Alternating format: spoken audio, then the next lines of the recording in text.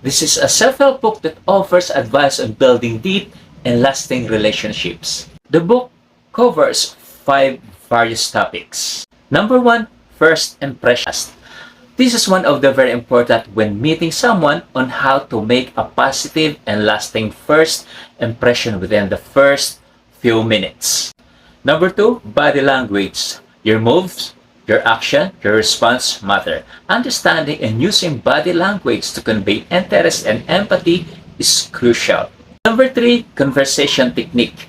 Tips on how to engage in meaningful conversations and ask the right question to create a connection. Number 4, building rapport. This method is to establish trust and mutual understanding quickly. And number 5, emotional connection. This strategy is to connect on an emotional level and foster intimacy.